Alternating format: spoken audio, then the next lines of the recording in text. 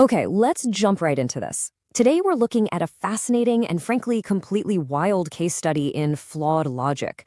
It's an explainer on unquestioned authority and survival against some serious odds. We're going to treat this classic 19th century folktale of Mahadenamutta and his disciples like a serious incident report. Because honestly, it's a massive lesson in human psychology and the extreme, literal dangers of trusting incredibly confident but totally baseless advice. So let's set the scene and look at exactly what went wrong on the banks of a very flooded river.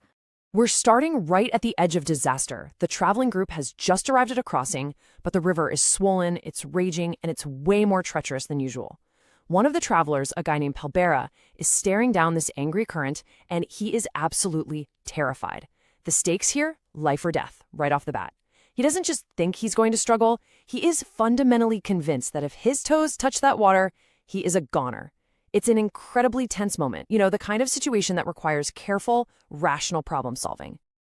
And what makes this whole situation so precarious is the actual makeup of our stranded party. Let's break it down. We've got the leader, Mahadenamutta. He's highly revered, literally called the master, and completely trusted by his followers. Then you've got his 5 disciples. There's Rabbadaya, Puwakbadua, Kotukitula, Idikatupancha, and of course, our terrified non-swimmer, Polbera. So picture this. They're far from home, their path is entirely blocked by this massive, raging body of water, and they have exactly zero maritime equipment. Nothing. It is a logistical nightmare. They need a viable strategy to cross, and fast. Section 1. The Pseudoscience, the Master's Bizarre Advice. Now, when faced with a crisis, people naturally turn to a leader for solutions, right? Well, in this case, the Master steps up. Imagine him stroking his long beard, clearing his throat, and presenting his core hypothesis with total, unshakable confidence. He tells Polbera, hey, swimming? Not a big deal at all. According to Mahadenamutta's theory of drowning, the only reason humans sink is simply because they're too heavy. That's it. His logic dictates that if you can reduce your bodily density by filling your internal cavities, specifically your large stomach, with air, you're going to instantly achieve buoyancy. He presents this as a flawless, irrefutable law of physics. And this brilliant theory quickly turns into an actionable, step-by-step survival protocol. The master dubs this the rubber balloon technique. Here's how it works. Step 1, keep your mouth tightly shut. Step 2, breathe air deep down into the stomach until it is completely expanded, just like a balloon. Step 3, jump into the deep water and thrash your arms and legs around. He absolutely guarantees that by doing this, Polbera will automatically float straight over to the other side. And his delivery, it is so earnest, so incredibly authoritative, that it completely overrides any actual common sense. Section 2. The Disastrous Execution. Theory is one thing, but what happens when blind faith violently collides with the actual unforgiving laws of physics? Well, we're about to find out. This is the moment of no return. Taking the master's word as absolute gospel truth, our terrified non-swimmer makes his move. Polbera clamps his mouth shut, pinches his nose tight, sucks in a massive breath to bloat out his stomach, and just hurls himself into the deep, churning river. He genuinely believes, at this exact second, that he is about to peacefully float across the surface just like an inflated rubber toy. The psychological commitment here is honestly staggering. And this perfectly illustrates the horrific disconnect between theory and reality.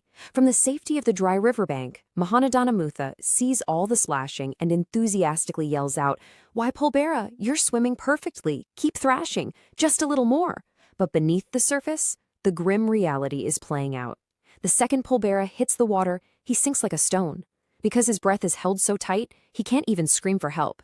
He is actively drowning, literally gulping river water, while his trusted mentor is up there cheering him on from the sidelines. It is a terrifying display of dramatic irony. Section 3. The Postmortem and Rescue. Luckily, the cheering doesn't last forever. The illusion finally shatters, and the situation rapidly downgrades from a controlled experiment to a full-blown medical emergency. Here is the precise timeline of the disaster. Within just 5 seconds of jumping, Polbera is completely submerged. At the 30-second mark, the remaining disciples finally realize something is horribly wrong. He isn't coming back up. By minute 2, absolute panic sets in.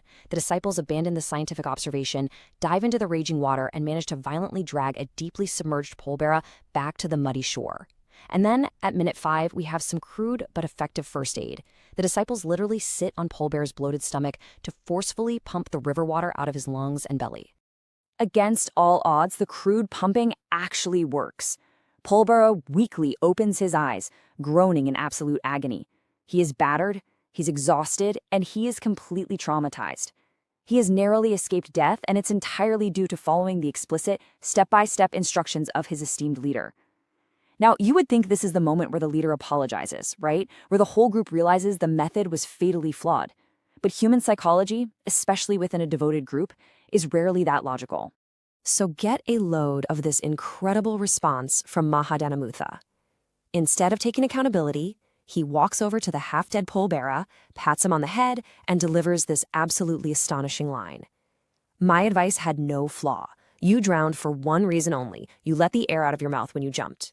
It is absolute textbook gaslighting. The master brilliantly and completely absurdly shifts 100% of the blame right back onto the victim. He protects his own intellectual authority by claiming his perfect science was ruined by simple user error. But here is the true tragedy of the whole incident. Polbera, who literally just almost died, and the rest of the disciples unanimously agree with the master. They actually think to themselves, yes, the master's logic is flawless, it was just Polbera's clumsy mistake. Instead of questioning the absolutely ridiculous rubber balloon theory, they praise Mahadanamutta's profound wisdom yet again. The echo chamber remains completely unbroken, which, perfectly sets them up for potentially even worse disasters down the road. Which brings us to the core takeaway of this entire explainer. This isn't just some funny old story from the 19th century. It is a pretty profound warning about the modern world. Think about it. We are constantly surrounded by confident voices, self-proclaimed experts, and charismatic leaders offering these incredibly easy, pseudoscientific solutions to complex, dangerous problems.